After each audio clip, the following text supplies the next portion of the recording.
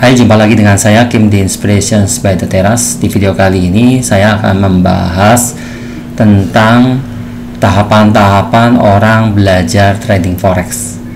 Oke ya, jadi biasanya orang trading forex itu pertama-tama adalah belajar seperti install MetaTrader-nya, kemudian hal-hal yang sederhana ya, hal-hal yang dasar ya, kemudian pasang buy, pasang open sell, kemudian belajar buy limit, sell limit ya, buy stop, sell stop, seperti itu ya teman-teman.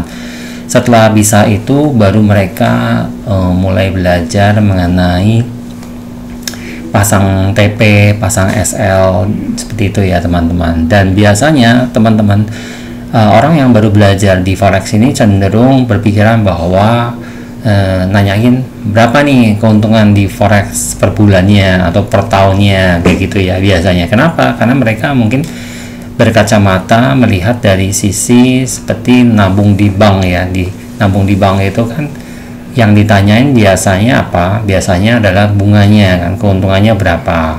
Kalau saya simpan uang di bank ini ya, di deposito itu berapa persen, kalau tabungan berapa persen, dan kemudian mereka mungkin belajar obligasi, mereka akan menanyakan berapa persen bunga atau kuponnya per bulan gitu ya, per tahun, kemudian dibagi 12 jadi per bulannya berapa, kurang lebih seperti itu biasanya. Ini yang dilakukan ya pertama kali seorang yang baru belajar forex, biasanya nanyanya seperti itu. Tetapi mereka belum sampai menanyakan mengenai berapa sih resikonya yang harus ditanggung gitu ya. Jadi biasanya ketika mereka awal-awal belajar itu mereka mulai belajar pasang buy, pasang sell gitu ya, TP, pasang SL, kemudian mereka akan mengalami yang namanya biasanya ini ya, nggak semua, nggak selalu, adalah MC atau margin call ya, atau stop out ya. Jadi habis dananya gitu ya. Begitu mengalami margin call itu, jadi mereka akan stres dan cenderung untuk menjauhi forex dan berkata, wah ini forex nih hanya tipu-tipu lah, ini bukan investasi lah, ini judi lah dan sebagainya. Jadi segala hal yang buruk tentang forex itu muncul gitu ya, disebutkan. Jadi mereka antipati dan mereka akan lari daripadanya tanpa mempelajari sebenarnya bagaimana. Tapi ada sebagian dari yang masih bertahan, yang mungkin mereka penasaran, loh kok bisa habis, saya kepengen revenge gitu ya. Jadi mereka mulai belajar tapi masih belajar hanya strategi untuk technical analysis yang sifatnya bagaimana sih untuk bisa win gitu kan. Nah, jadi mereka masih belum mikirin mengenai risk management nih, masih belum mikirin resikonya. Jadi kadang-kadang mereka gedein lot. Jadi kalau gedein lot, ya untungnya bisa gede nih, ya digedein, gede-gede, nggak taunya loss, resikonya semakin besar sebenarnya, dan akhirnya MC lagi.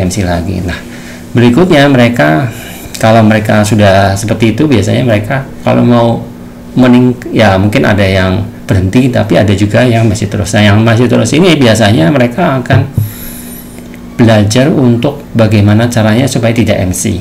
Nah, ini yang pertama kali akhirnya mereka baru sadar, oh iya, bagaimana caranya supaya tidak MC.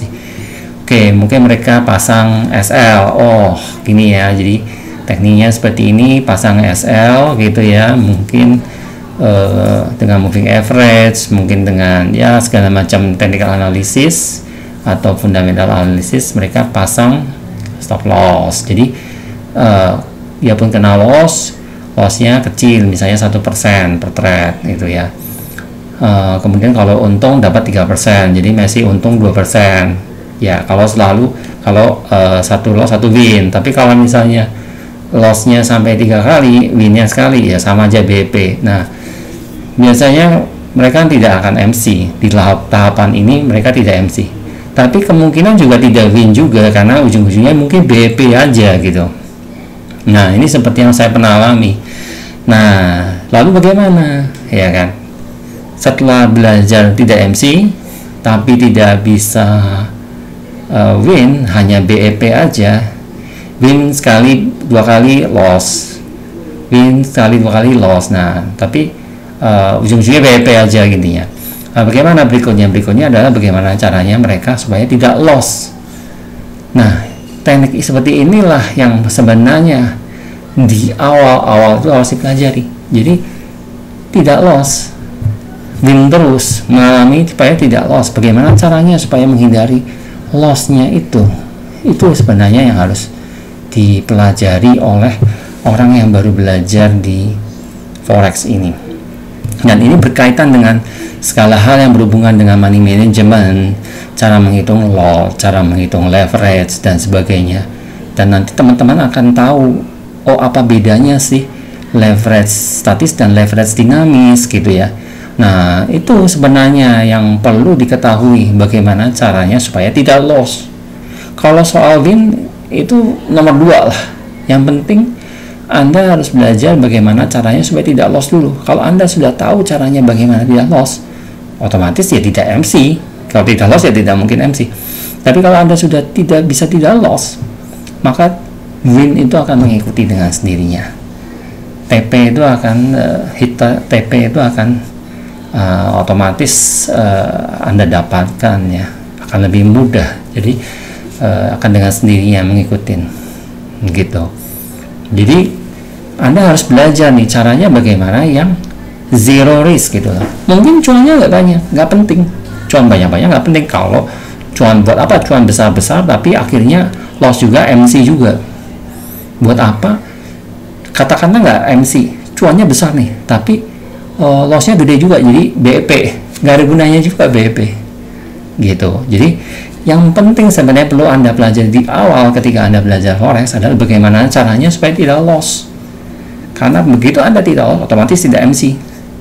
Kalau Anda tidak loss, otomatis cuan itu walaupun dikit, tapi ya itu pelan-pelan lama-lama akan jadi bukit. Toh juga nilainya akan lebih besar daripada deposito, akan lebih besar daripada Anda menabung di bank gitu. Jadi ya begitulah belajar forex gitu. Jangan berpikir bagaimana caranya dapat profitnya berapa sih sebulan. Jangan bertanya begitu, itu pertanyaan yang salah. Jangan tanya berapa sih profit Anda setahun, itu pertanyaan yang salah. Jadi kadang-kadang kalau ada orang yang nanya ke saya seperti itu, saya juga kadang bingung atau malas menjawabnya. Karena apa? Itu bukan pertanyaan yang tepat sebenarnya. Ya, tapi saya maklum karena mereka tidak tahu. Sebagai orang yang awam pertama kali belajar forex, seperti yang saya jelaskan tadi, awal-awalnya pasti begitu. Pasti mereka menanyakan berapa cuannya, karena mereka berangkat dari kayak menabung di bank gitu ya. Berapa sih bunganya gitu kan, sebulan, setahun gitu ya. Nggak salah sih kalau mereka berpikir begitu, karena mereka berangkat dari ketidaktahuan. Dan kembali saya jelaskan, saya tekankan di sini bahwa sebenarnya ketika Anda belajar forex itu sebenarnya adalah bisnis yang memiliki efisiensi tinggi. Jadi ini kalau dianggap sebagai sebuah investasi, ini adalah investasi yang memiliki efisiensi sangat tinggi. Karena di forex ada leverage, di mana dengan leverage artinya Anda tidak perlu membeli the whole price, cukup sebagian dari price itu saja, karena yang Anda beli sebenarnya kontraknya aja. Nah, begitu teman-teman. Jadi sekali lagi, ketika Anda belajar forex, pertama-tama yang harus Anda pelajari adalah bagaimana caranya supaya tidak loss. Kalau Anda tidak loss, pasti otomatis tidak MC. Kalau Anda tidak loss, otomatis cuan akan mengikuti.